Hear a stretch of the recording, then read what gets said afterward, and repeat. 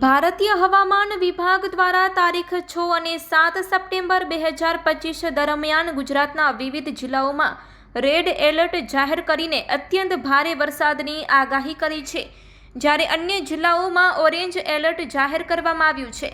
અત્યંત ભારે વરસાદની આગાહીને ધ્યાને લઈ મુખ્ય સચિવ શ્રી પંકજ જોશીના અધ્યક્ષસ્થાને state emergency operation centre Gandhinagar ખાતે સમીક્ષા બેઠક યોજાઈ હતી. આ બેઠકમાં મહેસૂલ વિભાગના અધિક મુખ્ય સચિવ ડોક્ટર જયંતી રવિ તેમજ રાહત કમિશનર શ્રી અલોક કુમાર પાંડે ઉપસ્થિત રહ્યા હતા. આ બેઠકમાં વિડીયો કોન્ફરન્સના માધ્યમથી જોડાયેલા વિવિધ જિલ્લા કલેક્ટરશ્રીઓને મુખ્ય સચિવશ્રીએ આગાહીને ધ્યાને રાખીને સંભવિત જોખમ સામે એલર્ટ રહેવા સૂચન કરીને જિલ્લા વહીવટી તંત્ર દ્વારા કરાયેલી આગોતરી તૈયારીઓની સમીક્ષા કરી હતી. ભારતીય હવામાન વિભાગના અધિકારીશ્રીએ બેઠકમાં જણાવ્યું હતું કે આજે તારીખ 6 સપ્ટેમ્બરના રોજ બનાસકાંઠા, સાબરકાંઠા, અરવલ્લી, મહેસાણા અને સુરેન્દ્રનગર જિલ્લામાં રેડ એલર્ટ તથા પાટણ, ગાંધીનગર, ખેડા, મહીસાગર, મોરબી, રાજકોટ અને બોટાદ જિલ્લામાં ઓરેન્જ એલર્ટ જાહેર કરવામાં આવ્યું છે. આ ઉપરાંત આવતીકાલ તારીખ 7 સપ્ટેમ્બરના રોજ પણ બનાસકાંઠા, સાબરકાંઠા, મહેસાણા અને કચ્છ જિલ્લામાં રેડ એલર્ટ તથા પાટણ, ગાંધીનગર, મોરબી, સુરેન્દ્રનગર અને અરવલ્લી જિલ્લામાં ઓરેન્જ એલર્ટ જાહેર કરવામાં આવ્યું છે.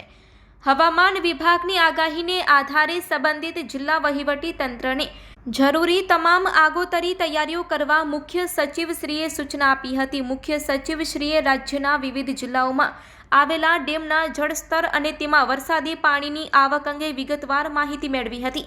ત્યારબાદ જરૂર જણાય ડેમમાંથી પાણી છોડવા અને નીચાણવાળા વિસ્તારોમાં આવેલા ગામોને અગાઉથી જ એલર્ટ કરવા જણાવ્યું હતું.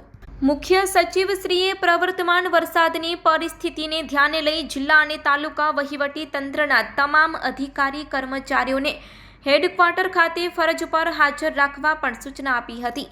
સાથે જ રાજ્યના વિવિધ સ્થળો ખાતે ડિપ્લોય કરાયેલી એનડીઆરએફ અને એસડીઆરએફ ટીમોની માહિતી મેળવીને રેડ એલર્ટવાળા જિલ્લાઓમાં જરૂર જણાય ત્યાં વધુ ટીમ ડિપ્લોય કરવા તેમણે સૂચના આપી હતી.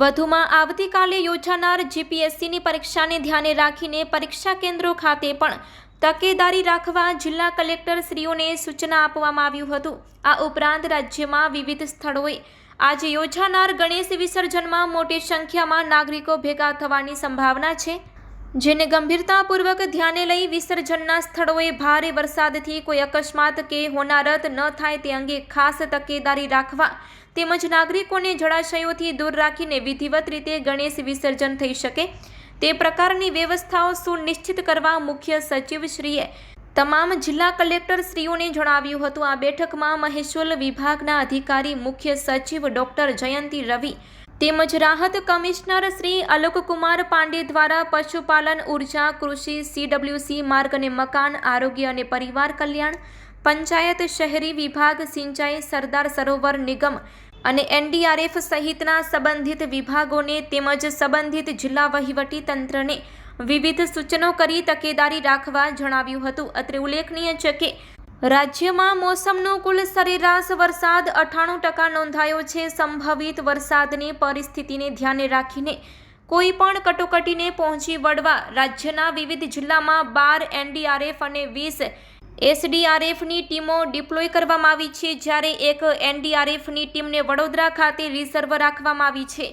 આ બેઠકમાં રાહત નિયામક શ્રી સહિત વિવિધ વિભાગોના અધિકારીશ્રીઓ તેમજ વર્ચ્યુઅલ માધ્યમથી જિલ્લા કલેક્ટર શ્રી સહિતના અધિકારીશ્રીઓ ઉપસ્થિત રહ્યા હતા.